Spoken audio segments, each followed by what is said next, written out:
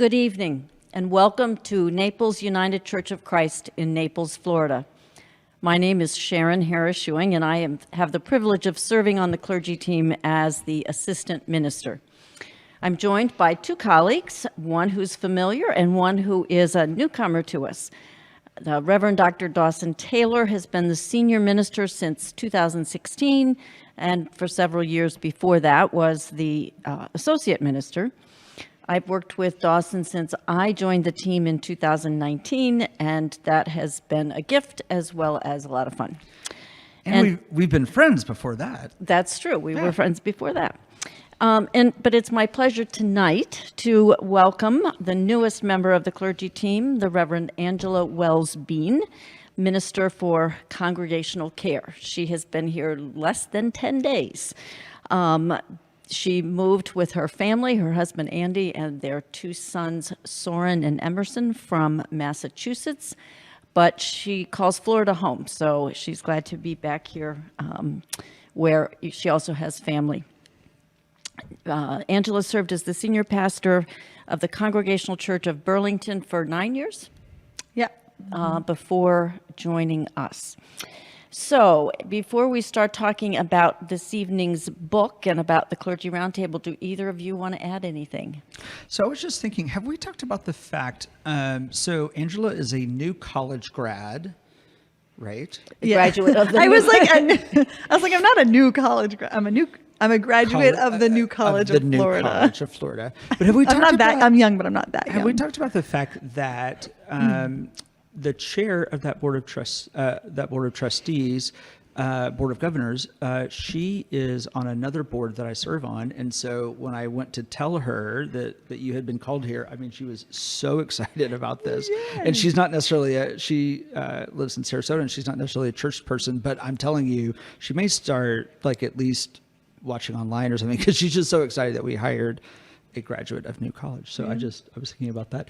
And so we're in an undisclosed location. I think this is really cool. And I want to thank Brad and our production team, because one of the things that we were working on is when, we started Clergy Roundtable, height of pandemic, or started the pandemic really, people couldn't come to be a part of it, but then when we reached a place where people could be here, they weren't necessarily wanting to be here in person. There's a variety of theories about that, but it usually involves wine, and so it was really cumbersome to set up an entirely different setup in the sanctuary, and we've tried different things, and so now we're trying this. So I just want to say thank you to them for giving us a new opportunity. So we're calling this a visual podcast, so you can watch or you can just listen. Either way is fine with us. This is the Clergy Roundtable, and for those who are new to this, it's a format that was developed at the very beginning of the pandemic, when all of a sudden everything was shut down, and the church had been in the middle of a small groups studying a book called If Grace is True, Why God Will Save Every Person. And all these groups were talking about it, and then suddenly had to stop. And I believe, Dawson, it was your idea, well, we'll talk about it. And so we completed that book and got such a positive response that we continued. And I think we've now talked about 8 different books over the last year and a half or so. And tonight we're starting on a new book. It's called Searching for Sunday. For anybody who wants to get it, it's an excellent book by Rachel Held Evans. And some of you have read other things that she's written or are familiar with her. She's widely recognized for her theologically astute, profoundly honest, and beautifully personal books. In my words, she makes you laugh, she makes you cry, and she makes you think. And what better things could we ask? It is sad to report that she died in 2019 at an untimely age of 37. So we treasure this. There's actually a book coming out this fall. That's right. That is essays that she had written but never published along with somebody else. So there's more to come. This was the last book that she wrote, wasn't it? I don't think it was the last. Or I was the think one Inspired that- might have been Yeah, I was after going to say this. the one that yeah. you did. Okay. But this book is structured around the 7 sacraments. And so we're going to do 7 weeks, 7 sacraments, baptism, confession, holy orders, communion, confirmation, anointing the sick, and marriage. So tonight we will talk very briefly about the prologue and kind of her introduction to the book, and then about baptism. In the prologue, Rachel talks about that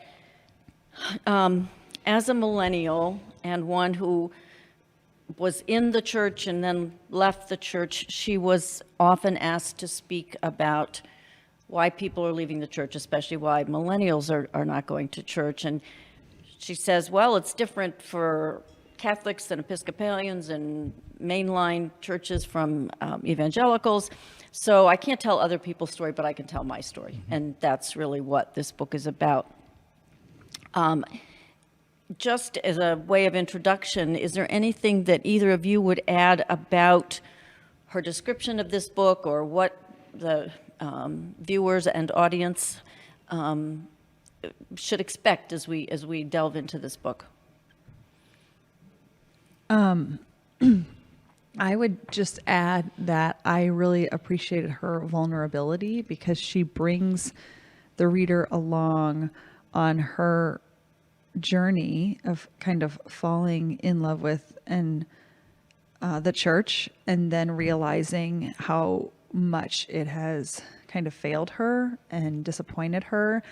And then her journey of reckoning with that and falling back in love with it, and it reminds me of like getting in a relationship with a person and you think they're amazing. And then the more you get to know them, you realize maybe they have more flaws than you originally saw. And, her reckoning with this. And so I appreciate her honesty, her vulnerability. I mean, she even brings her family into it. I wondered, did your family read this manuscript before you published it? And then I do have some thoughts on what she says about millennials. Dawson, I don't know if you identify as a millennial, so I don't want to call myself the token, because you might share that identity with me. No, so I'm really fascinated. I'm glad you brought that up. I'm really fascinated by demographics, and so I like to say that. And one of the things that I value on this team is to try to have as much age diversity as we can. So I am 43 a week from tonight, and so I am right on the cusp of millennial and Xers. I'm actually in that 5 years where they let us go either way. I was born in 1978. So I tend to really identify more with Gen X, but I have a few millennial things. So you are the token millennial. Okay. I'm the token Xer. Okay. And I'm the token senior. And you're the token baby boomer. But I think that's important, because I think that helps bring out the diversity of some of our views. Well, and to that point, I was thinking what's really important for me to say to the audience is, even though she says she's trying to explain why millennials have left the church, there's nothing in this that to me is only generational. Right. That for all ages, talking about why do people get disillusioned with the church, and why do people struggle and wrestle and maybe find their way back and sometimes not. So I think it's relevant to everybody, even though she says she's telling the story of herself as a millennial. Yeah. Yeah, there's undoubtedly universality, to that. And to your point, Angela, you used the word vulnerability, I think was the word you used. And one of the things that I think I would say going into the conversation as we get started is her honesty. Like, there are moments where, I find myself, so I'm listening to it on Audible, by the way, so, which is interesting because she's actually the reader. And so there's a part of me that, I was actually telling my dad last night, I said, there's a little part of you that's a little creepy because of knowing that she's deceased, but also she grew up in Tennessee, so the southern part of me loves her accent.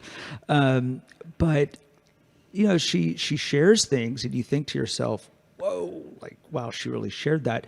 But it does, I think, drive the book in such a way that you think, I can't wait to see what she says next, or I can't wait to see what she shares next. And so that's one of the things I appreciate most about about this book, but also just about who she was as I would call her a contemporary theologian, really commenting on the church today. Yeah.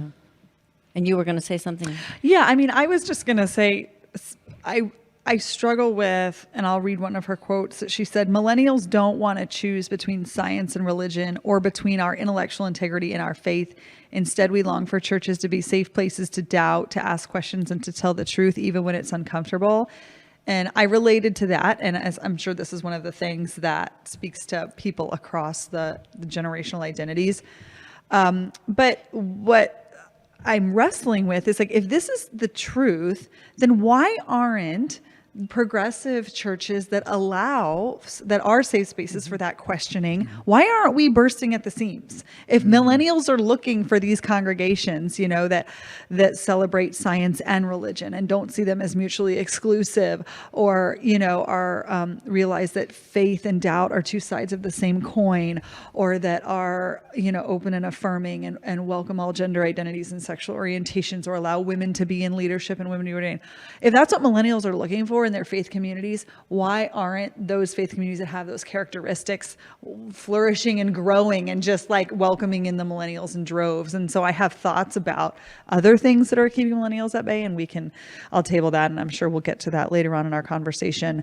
But it's not a simple question to be answered in terms of why millennials have left and how to bring them back, as so many churches are trying to figure out. Well, I think that's a wonderful point to take through all 7 weeks in terms of, so what does that mean for a church like ours that considers itself a church for progressive people? How do we get some of those people, if that's what they want, to come here? Because yes, that is what we offer. Right. So and I think the only caveat, if I might be so bold to add to that, is how do you do that with integrity, right? I mean, because I think part of what millennials, but again, I think there's universality to this, is how do you do that in such a way that it doesn't feel inauthentic? So to me, that's how do you do it with integrity? How do you say to people, this is a different kind of church? Like, this is not the church that, this is not your grandparents' church. This is not a church that you think has these barriers. But then I think when you start trying to identify it that way, you suddenly become that church. I mean, it's the, you tell people you're humble, then you're not, I mean, so it's, I think there's a challenge to that. Or it's easy for us to say maybe it's easier for us to say what we're not, like, we're not them. We're not like those Christians. Well, what are you? And then you stand there with your mouth agape and you're like, it depends who you talk to. Well, yeah. So I was in a meeting this week talking about some of these kind of big questions around church growth and things like that. And one of the questions that came up, or one of the things that came up, was that, kind of frequently asked questions in FAQ. And one of those things was, well, how do you define your theology, or how do you define like who you are? And it's like, I mean, we have. How much time do you have? I was going to say, like, all three of us have like tremendously long seminary papers and different things on these kinds of topics. So, well, and we'll get at that a little bit as we talk about the sacraments, because there's certainly theology behind the sacraments. And so the first sacrament, part 1, is Can baptism. I jump in about really quick about sacraments? Go for it. And just to clarify for folks who are watching or listening, Sharon mentioned the 7 sacraments that Rachel identifies, and that's how she divides up her book. And those are 7 sacraments that are celebrated and recognized in the Roman Catholic Church. And Rachel says that. But is it worth, I'm not even going to ask the question. I'll just quickly say, as a point of clarification, in the United Church of Christ, which is our denomination, we have 2 sacraments, which are the sacraments of baptism and communion. And those are because in the Gospels, those are the 2 sacraments that we have stories of Jesus performing or participating in. And so I just wanted to clarify that for what it's worth. People may or may not care at all that we don't recognize. Anyway.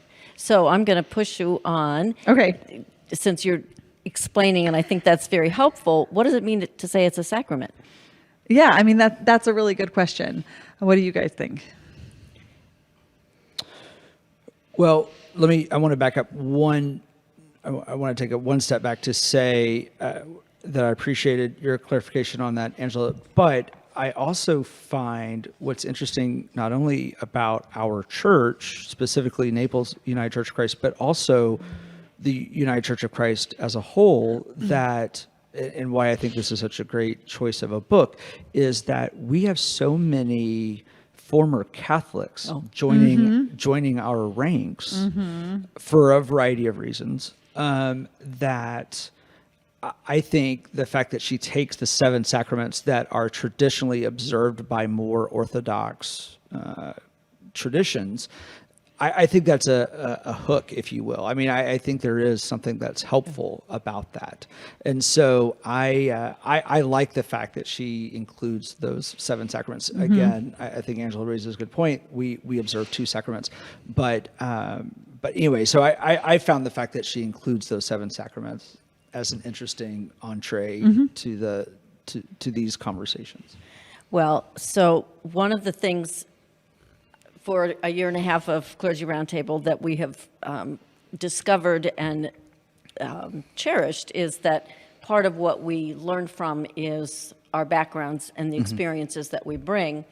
And when there were 4 of us, none of us grew up UCC. So we now have a settled pastor who actually was born and bred UCC. So you are the expert. We're counting on. So you're also the token in that as Cradle well. UCC. Yeah, exactly. But I had not even thought about this as I was reading this. As Baptist, we didn't have sacraments. We had Very true. we had ordinances, because these were the things that Christ told us to do, and they were just communion and baptism. But for me, the whole notion of sacrament really is very much a part of my sort of incarnational theology, that it is taking the ordinary and making it holy, and saying that these ordinary events in life are sacred. So we. And did you all use the word or the term rites, or was it was just ordinances? Okay, Just ordinances. Okay. And I mean, that's what Rachel says. She says, the tactile nature of the sacraments invited me to touch, smell, taste, hear, and see God in the stuff of everyday life. And she lists the 7 kind of formal ones, but she even, like blows the lid off the definition of sacraments and talks about the sacraments of making chicken casseroles, the sacrament of pilgrimages, the sacrament of foot washing. And she said, any of thing that is an outward sign of inward grace, and really just makes that definition so much broader, and which is really beautiful for me, because then you just think about your day from the moment you wake up in the morning to when you go to sleep at night. How many things do we do every day that we could consider sacramental? And if we did, how would we engage with the world and our lives and our routines differently and more faithfully? Well, so that's a. Let me just jump in really fast to say, when we talk about sacraments, we talk about the sacred moments at one ment. So when we are at one with God. And so we talk about the baptism, that is that moment where, we are reminded in the Gospels that is where God first spoke the words over Jesus, "You are my beloved, with whom I am well pleased." And so, through the sacrament of baptism, that is what we are reminded, is that at one ment, and communion, that we are at one with God. And, again, differing traditions have different understandings of when we are at one and that sacred moment. Like atonement at one ment? But it's the similar type of understanding of what becomes sacred of those moments. So again, we've come pretty close to just like fighting wars over, what's a sacrament, but growing up Methodist, we had the same as the United Church of Christ, 2 sacraments because of where Jesus participates, and that is communion and baptism. So I've always grown up with those 2 sacraments. So those are the 2 that I am most comfortable with, and I've always been most comfortable with. I'm not uncomfortable with her more broad definition of how she sets the book up, but what I really like is what Angela raised, is those are those moments that I feel at one with God as well, and she, in the next grouping where I'm facilitating, she talks about casseroles and those moments where she feels the church being at its best. Mm-hmm. And when she talks about leaving the church, that's part of what she grieves. Mm-hmm. Right. Right. And so. Right. Well, there's a, I think, perfect segue in here. The first sacrament we're talking about is baptism, and this is divided into 6 separate sections, and I'll do my best to get us through at least most of them. And I don't want to spend a lot of time on this one, but the first one is water. And she talks, goes through some of the biblical imagery about water and even ancient mythologies, and says it's naive to think that all of these ancient visions must be literal to be true. And certainly she was not a biblical literalist, but believed in the truth of the Bible in her more holistic way. We know, as our ancestors did, both the danger and necessity of water. And she says, the Spirit of God that had hovered over the water entered and inhabited human life, making every drop holy. So I just found myself thinking, if you think about water, we baptize with water. In the rainy season, we're inundated with water. And what would it mean to think of every drop of water as being holy? Do you want me to jump in? Go, please. When I was reflecting on this question, it brought me to humans and how we are. I thought we were more than 60% water, but Google told me that humans are 60% water, and we're made up more of water more than anything else. And so if we think of every drop of water as holy, then that invites us to think about everything that is made up of water as holy, including, all human lives. And then if you think of every plant and animal that's made up of water, all living beings are now holy. And they're all created by God. And so if you treat every drop of water, then everything that's living, everything in creation is now holy by virtue of what it's composed of, which is water. Not to mention the fact that we all rely on water to survive. And so that reframing helped give me sort of a deeper appreciation for all this organic matter in our world. And then I'll say one more thing, which is to say that if we believe every drop of water is holy, we are called to care for it. And in Genesis, God calls us to be caretakers of the earth. And I recently moved to a new community here in Naples, and I love the beautifully manicured lawns. It is very tidy.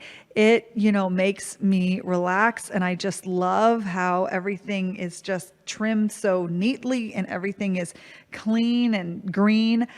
But there's a negative side to that. And as I'm reminded by my younger brother, who is an environmentalist, who wears a baseball hat that says "Kill your lawn," those lawns that I love, I like walking on and walking my dog on and watching my kids play on, are made possible by a lot of chemicals that are coming into the water and coming into the water table and in the retention pond, and will be in the water supply that we will drink, and then will go into the ocean that will affect the lives of the animals living in the ocean. And so it's just, we think of every drop of water as holy. It forces you to think about the interconnectedness of everything, and how we must work to care for all bodies of water as well, and treat them as sacred, and think about what we're doing to the water that we all rely on. So.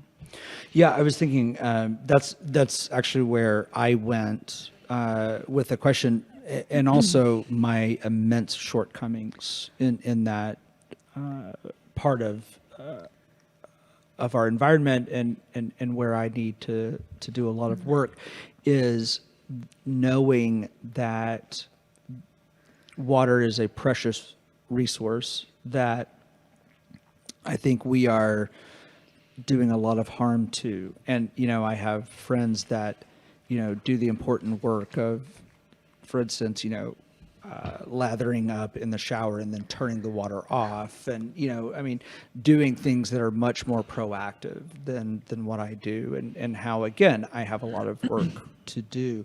But I think as we think about our environment tied to our sacred understanding of water, and again, what our first American siblings teach us about the sacredness of the earth and all that as a part of the earth, we have so much to learn. And so that was really what struck me about that. Well, and one of the groups that I work with is the Environment Subcommittee. So, of course, I was very much thinking about their concern. Sure. And they'll have a series of documentaries about climate-related issues. And certainly the state of water is a major concern. I'm going to move us along. The second section is called Believer's Baptism. And I think Rachel's background is fascinating. Her father was a pastor, but he was a Bible college professor. Mm-hmm. And so she grew up with both his openness and a church culture that was a little more closed. But she, in the church, that practiced believer's baptism. And I just think this is so funny that her father had to reassure her that it was okay if she waited till she was 13, because some of her peers were concerned that if she didn't hurry up at age 11, she was going to go to hell, and she better, hurry up and get baptized before it was too late. Then she, with her own warmth and humor, talks about the story of her own baptism, which was on the same time as her sister's and was on a Sunday evening. In the UCC, we baptize infants.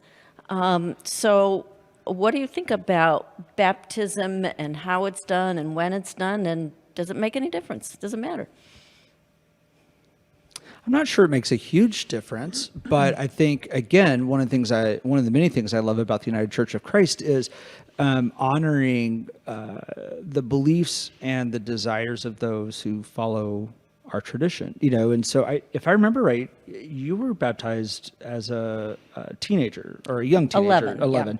Yeah. And I was baptized as an infant, and I know that you just had Soren and Emerson baptized just before you came here, but I've had some incredible experiences just here. I've done 2 baptisms in the Gulf. I've baptized teenagers and infants, the whole gamut.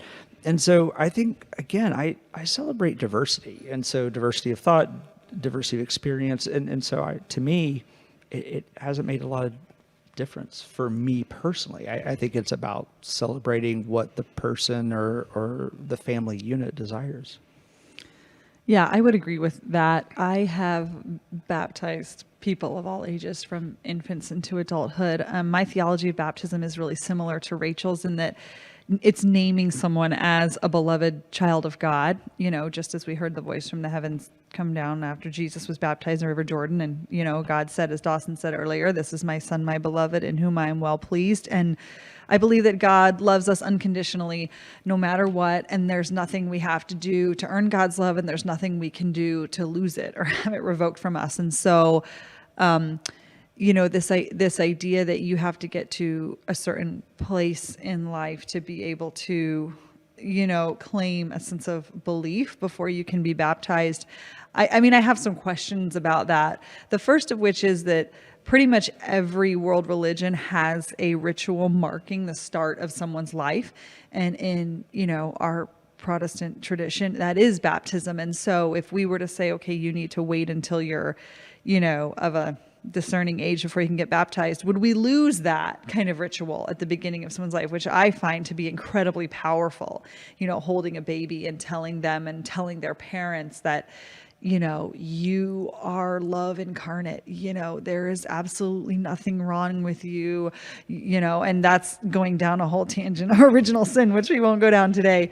But I think that the opportunity for someone to confirm or make firm what baptism has started in our tradition is confirmation. Yeah. And, and so that's like, it's kind of like, I think of the parents as publicly professing to raise their child in the faith, and likewise the community of faith where they're raised, committing to supporting the family in that when when they have a baby, and then when the child's old enough to say, okay, now I need to take responsibility for my own relationship with Christ. Do I want to continue down the path that my parents started for me, at my baptism? And I think that's a powerful moment in a young person's life. And so I'm willing to respect the wishes of any family, but I think there's a lot of value in having opportunity for the parents to say, like, yes, we are going to raise our child in the faith as when that child is an infant. So having been in a tradition that we were baptized not only as believers, but by immersion, I did that at, I think it was 11, after I had been through the discipleship class twice, because I really wanted to make sure that I knew what I was doing. Thankfully, I understand it better now than I did then.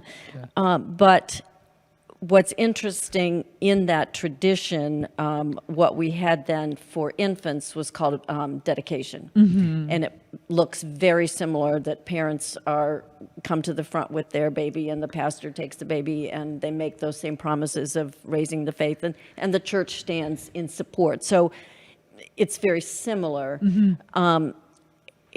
It was 2.5 years ago now that I transferred my ordination from American Baptist to UCC. Well, you were there, you remember. One of the few theological questions I got was about this, and would I be comfortable with infant baptism, having not grown up with it. And I said, yeah, I'm very comfortable. But for me, the symbolism, in addition to the parent thing, the thing that I like a lot about infant baptism is formally saying you are part of this family. Mm-hmm. And when that, I used to do writing and research related to children in worship and children anyway, taught a course on children in the church. The symbolism saying you are full members and you can partake of communion from the time that you can, swallow something, that's become really important to me. And for me, the only sort of downside, if you will, of waiting until I had professed my faith was then I couldn't take communion until that time. So that was like, once you have been baptized and you have made this choice, then you can join us for communion. And I don't like the symbolism of, passing the plate down and you can't take it. So interesting questions, and I'm very comfortable being UCC. Well, and I do think you raise a good point in that, you cannot be baptized in isolation. Baptism is about the community as much as it is about the individual. It's about the community making commitments that they will be there with that child or with that person, or and then there are communal responsibilities, and I think to me that's also part of the beauty of communion or baptism or dedication, or I think that is part of that, and right. So I think that's part of the beauty of baptism that I really love. I would say that that's where I place the most importance, is the aspect of the community and raising a child in the faith. And I mean, we came up against this very issue in the middle of the pandemic, because my elder son was scheduled to be baptized in June of 2020 and everything shut down in March. And then the question was like, well, do we go into the church and baptize him on Zoom? And that didn't feel right, and so we waited until the pandemic had abated enough for us to gather in person with the larger congregation. But I've had families ask me, oh, can we baptize our child after worship on Sunday afternoon in the sanctuary with just you and the family? And that's kind of where I draw the line. And families wanted to have their kids baptized during the pandemic. And I said, let's just wait until we can gather in person again, because it doesn't, and I know I know in the Catholic tradition, they do have Sunday afternoon baptism. I know it's common to not do it in a communal worship service, but that's just kind of, where my comfort levels end, I guess. Well, Rachel talks about, following up on this, her understanding, her first understanding of evangelicalism. And she took it to be an adjective synonymous with real or authentic. And only evangelical Christians were assured of salvation. And later in the chapter, she talks about her desire to make, I guess, regular Christians into evangelical Christians, because she was so on fire. So what were you taught about evangelicals and being evangelical, and who would be saved and who would not? And what do you think about that now, or what she said? When I was growing up, I don't remember hearing the word evangelical at church or at home over the dinner table. When I was kind of entering middle school and high school, I basically came to associate it with Christians that believe different things from me. And I was like, oh, those are those conservative Christians. But then now I've gained an even more nuanced understanding, and there are progressive UCCers who are reclaiming the word evangelical. I know that one branch of the United Church of Christ was the evangelical and Reformed tradition. So we have that word in our roots. And so I think it's really complicated in terms of what that word means, but in sort of our greater cultural collective understanding is that evangelical has become associated with Christians of a certain conservative theological belief system, and it is associated with whether you're saved or not, whether you're born again. And again, these phrases, being saved and not being born again, weren't things that I heard growing up, because I was raised in a very progressive UCC church and it wasn't part of the language we used. And I mean, my parents instilled the values in me that God loves everyone, and so I never heard this idea that, oh, some people are going to heaven and some people are going to hell, or you have to be saved in order to go to heaven. It wasn't in our vernacular. Mm-hmm. Yeah, talking about where she defines that evangelicals are the ones going to heaven, and I'm always a little amused at how different people are always convinced that they are the ones going to heaven and no one else is. There are lots of traditions that are, either assured that or told that or whatever. And so, that just was something that struck me. I think similar to Angela's experience growing up, I don't know that evangelical was a word that I had any sort of grasp or understanding of. And, like we've done in previous clergy roundtables, I think it's important to remember the distinct difference between fundamentalist and evangelical, because I think they often get, confused, where fundamentalists truly are conservative and often have a very narrow view of things, where, as Angela was explaining, evangelicals often have a much broader view, and you can find fundamentalists, I guess, in many traditions as well. But I just, again, as she kind of unpacks her journey with evangelicals, I just am struck by how many people have been convinced, especially when they were younger, that they were the only ones, or their group, so to speak, were the only ones going to heaven. Right. Well, one of the things that I think about, and maybe generational, maybe it's not as much as I thought. When I was growing up, I don't even remember hearing about evangelicals. I don't think it was a term that groups were using even about themselves very much. And it was later, when I was in seminary and even in early ministry, that I became more aware.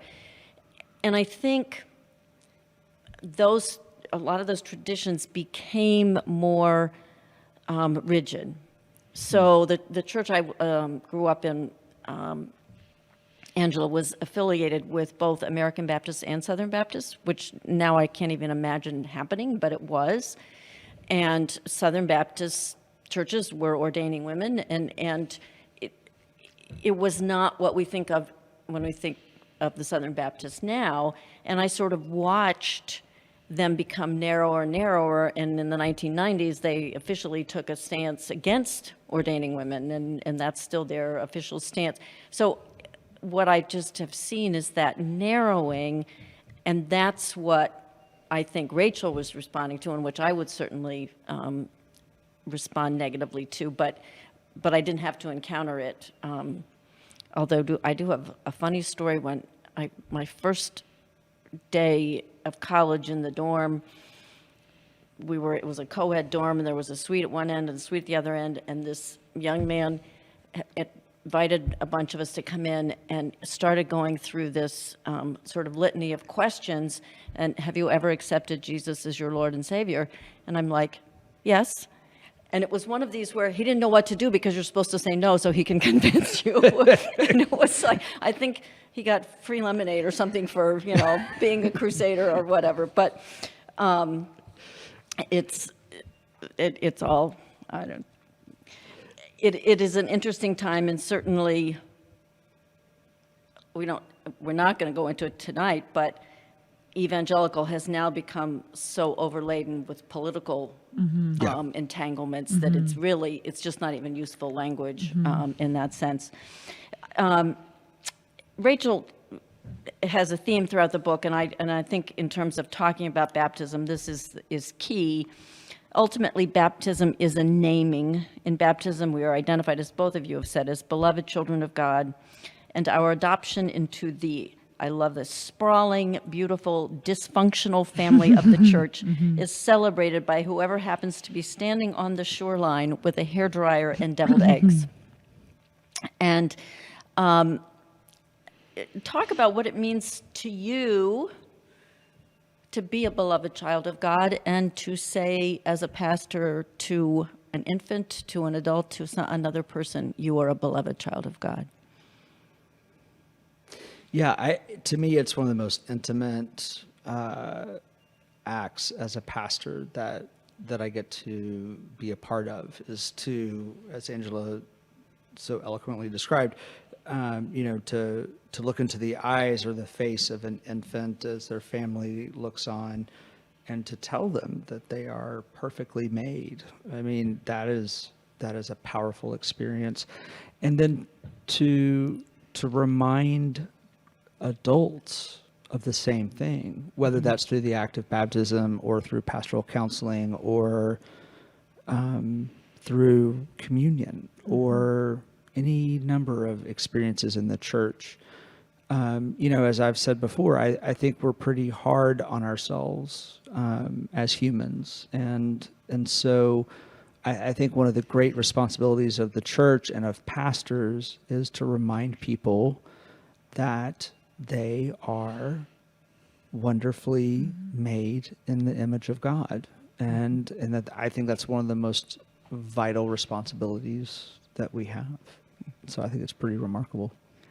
At my prior church that I was serving before coming here, at the end of every service in the benediction, I would end my benediction by saying, you are a beloved child of God and you are created in God's image. And I started doing that right after I began at the church, because I was thinking in my office when I was planning the service, if they remember nothing else from this worship service today, what do I want someone to take away with them when they go into their Sunday afternoon and the rest of the week? And that is what I want people to remember. If you remember nothing else, remember that you are a beloved child of God and you are created in God's image. And so, as Dawson said, that's one of the most important aspects of ministry to me, especially when we live in this materialistic, consumeristic, profit-driven culture, which is constantly preying on people's perceived flaws, deficits, weaknesses, imperfections.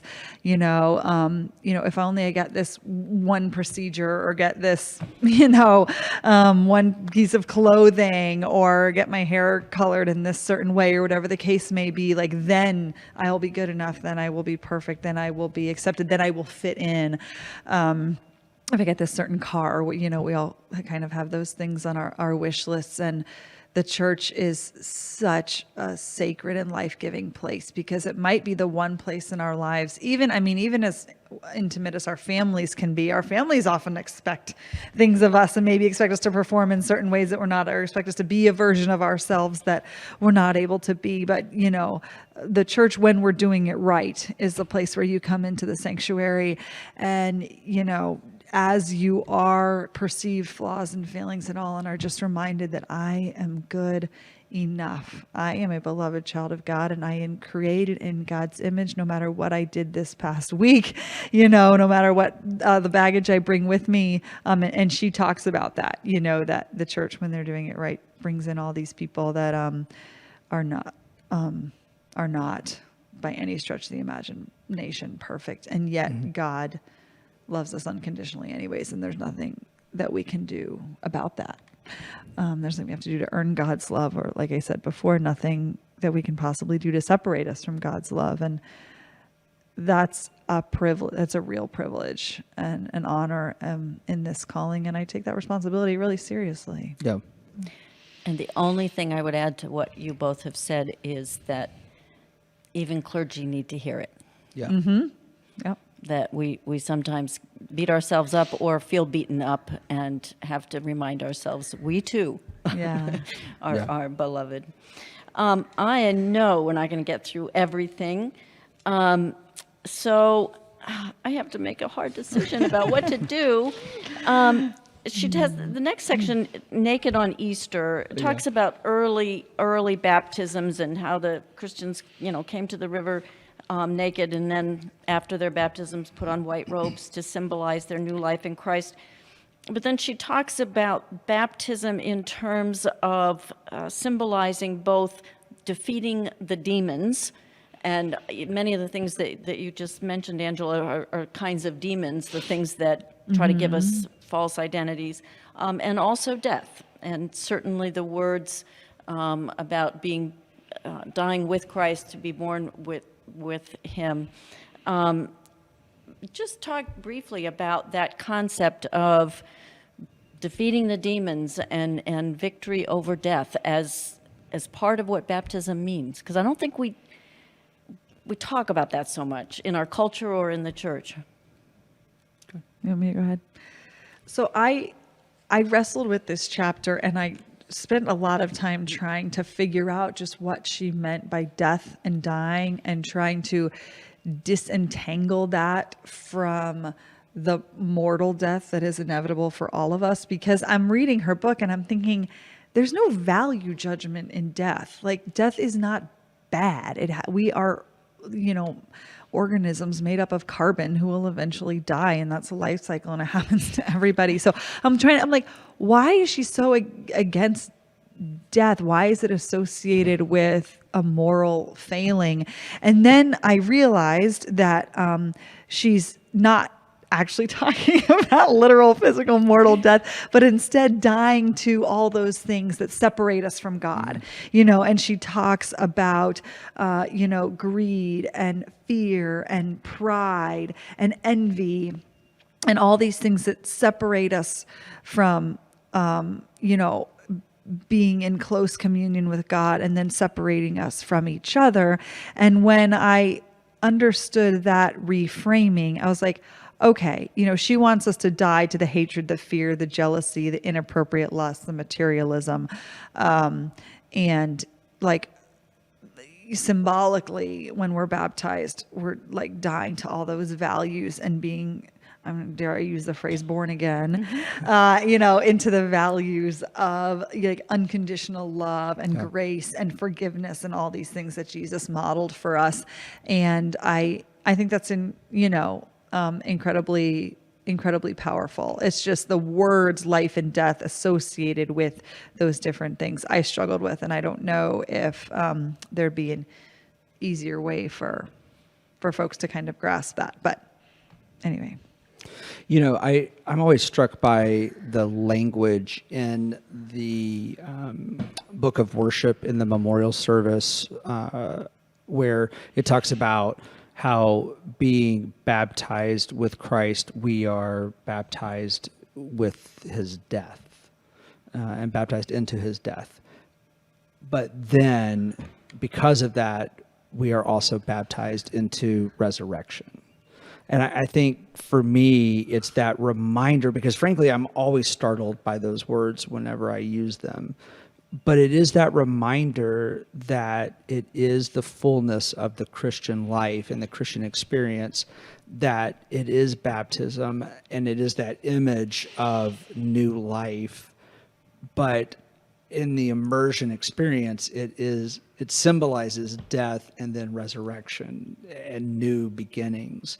And so it is that theological reminder, kind of in your face, that baptism does point us to a place that many of us don't often want to think about or go to, which is this is that covenant, that another covenant that God makes with us, that when we reach the end of this mortal life, that God is also with us, just as God was with Jesus. And so every time I come across those words, I think they're just so startling for me, as many times as I say them in a given year. But it is an important promise that God is with us through baptism, through death, but also in resurrection. And how connected they all are. Well, and I know when we get to the chapter on confession, it will come up again. But I think one of the things that I've appreciated that Rachel does is to not sugarcoat who we are. We are beloved children of God, but we also mess up. And these demons that we do to ourselves, that we do to others, we do need God's power to help us overcome. And we don't usually talk about demons or death, right. But I think if we're willing to use the language, there are certainly demons all around us. Yeah. The next section is called Chubby Bunny. And Dawson suggested that if I asked us to play, that he was going to leave. Are you going to pull out the bag of marshmallows now? I know, I was looking when you walked in. I didn't even really understand all of the games that her youth groups played, but Did you play this? I know Chubby, but I didn't okay. play it. No, I never did. But it just made me think it was clear that her youth group experience was foundational. And Yeah. although she leaves the church, she wants to come back because, as she put it, at a time when most of my peers were struggling to find an identity, I knew exactly who I was: the church girl, the girl who always had a place in her youth group family, the girl on fire for God.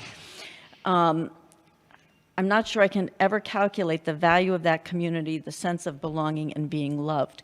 And I was just thinking, as long as I've worked with you, Dawson, I have not really heard about your youth group experiences, and I certainly haven't heard about Angela's, but what would you share about your youth group experiences and how much they contributed to who you are now, or didn't, or? Yeah.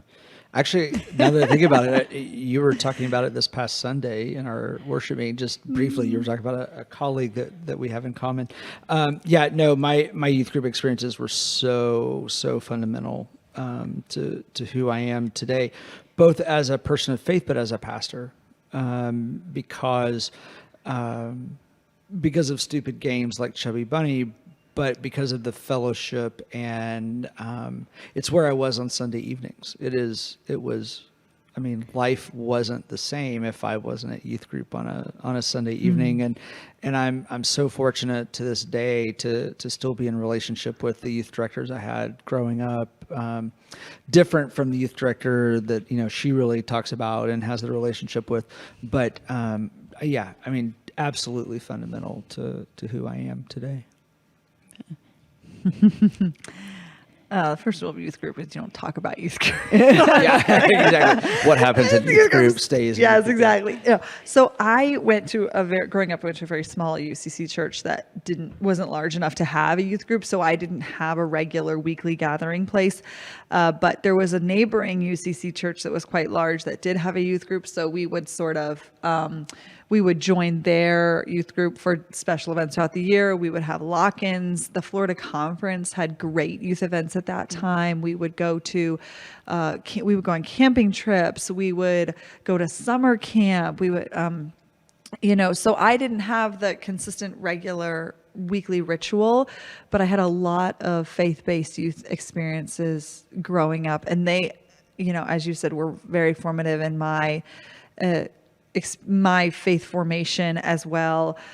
When I became older, I became a summer camp counselor. So I transitioned from kind of the camper youth role into the leadership mentoring role. And that was powerful as well, to journey alongside young people and adolescents. Yeah. God bless them. Oh, I know.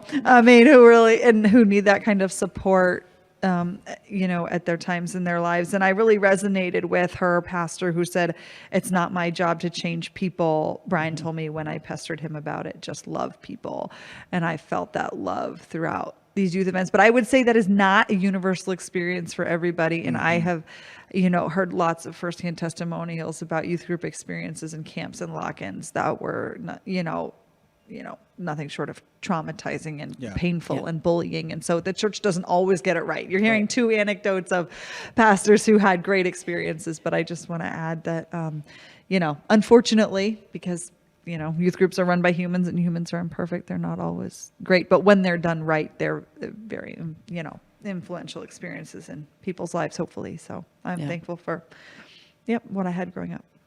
Well, it's interesting because mine was a small church too, but it was my extended family because the rest of my family all lived in Missouri and we were in Maryland, so there were no relatives around. And I have recently been struck. The pastor of that church was the same person the whole time I was there. He founded the church and stayed past the time I was gone. And as Dawson knows, he passed away last year. And I've just been amazed through the wonders of Facebook, but at how many of us are still in touch and have that connection and feel like there was something special about growing up in that church with that leadership. And it's not even like that we're very close friends, but there's this sense of we experienced something that was uniquely special and something you would want for every young person in a church. And yet, I think to Angela's question at the beginning of why aren't people coming in droves, we could offer that, but we have to figure out how to get them to come and do that. There's just a little bit of time left. I do want to just briefly talk about the story of Rachel's friend Andrew, who was gay and whose father said he was not good enough or holy enough to be baptized. And this whole idea of, that you have to earn the right to be baptized. And thankfully, he accepted himself and found a church at college that was willing to be baptized. But talking about our youth groups or growing up in the church,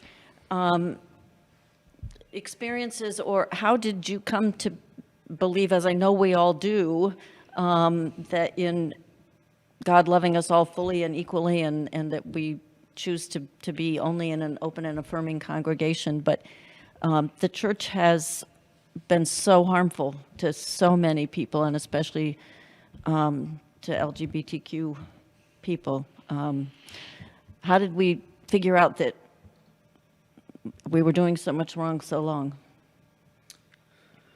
Yeah, unfortunately, I've experienced that firsthand.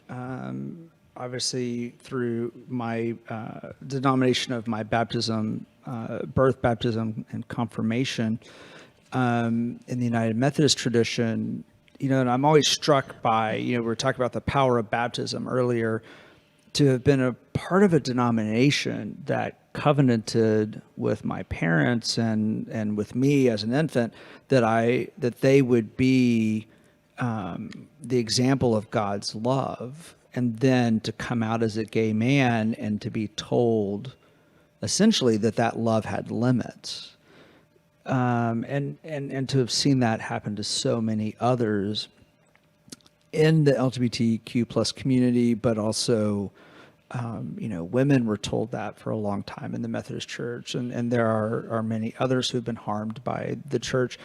I think that's part of what drives my ministry about inclusion and diversity, is that for so long, I think churches have seen themselves as gatekeepers about who is in and who's out. I think it was this past Sunday, I talked about, I can't remember where she talks about it in this book, but, she talks about how one of the most radical things about the gospel is who it lets in, not who it keeps out. And so I think that's it. Obviously it's a personal testimony to that. Yeah, I was going to look for that quote, and then I realized, that's in the next section. So I was, again, raised in a progressive UCC church that became open and affirming, I believe, like in 1995. Like they were one of, like right after the open and affirming identity was established, they were one of the first. And they, were welcoming trans people into their congregation in the mid 90s. And so, again, growing up, I didn't know any different. I thought all Christian churches were like this. And when someone said they were a Christian, like that was my default. And it wasn't like Rachel had to go through this kind of whole deprogramming and deconstructing of her upbringing and the theology she was taught, and rebuild something that was truer and more life-giving for her. Whereas like what I was raised with still resonates with me and works for me. And it was like, as I got older, and I'm telling people that I'm a Christian and I go to church, and it was in middle school and high school when other Christians would start to disagree with me or argue with me, and like I'm part of the GSA Alliance in high school, and like all the other Christians are like, how could you be a part of that? Where I realized, we don't all see eye to eye here. But that has just become more and more fundamental to me as one of my priorities as a pastor, especially now living in a more red conservative area than I come from, up in Massachusetts, and to just really embody that ethic of radical welcome and inclusion, as a Christian leader in the community, I think is really important, because as Dawson said, we just take it back to the Gospels and you see who Jesus invited to the table, who he ministered to, who came up to the shoreline to listen to him, and did he turn anybody away? No. And did he ask anybody to change, their identities? No. And so, that's, if we're called to be Christ followers, the least we can do is try to emulate that. Right. Well, I think it is time for me to draw us to a close. I hate to do that. It's been an enriching conversation, and I look forward to the next 6. But I thought I would close this evening with a summary that's drawn from the prologue. We've talked about that she describes the 7 sacraments, and referring to that as the framework, she offers these truths about the sacraments. And I thought it was a nice way to kind of summarize her book and where we're going to be going in the weeks ahead. The church tells us we are beloved. That's baptism. The church tells us we are broken. Confession.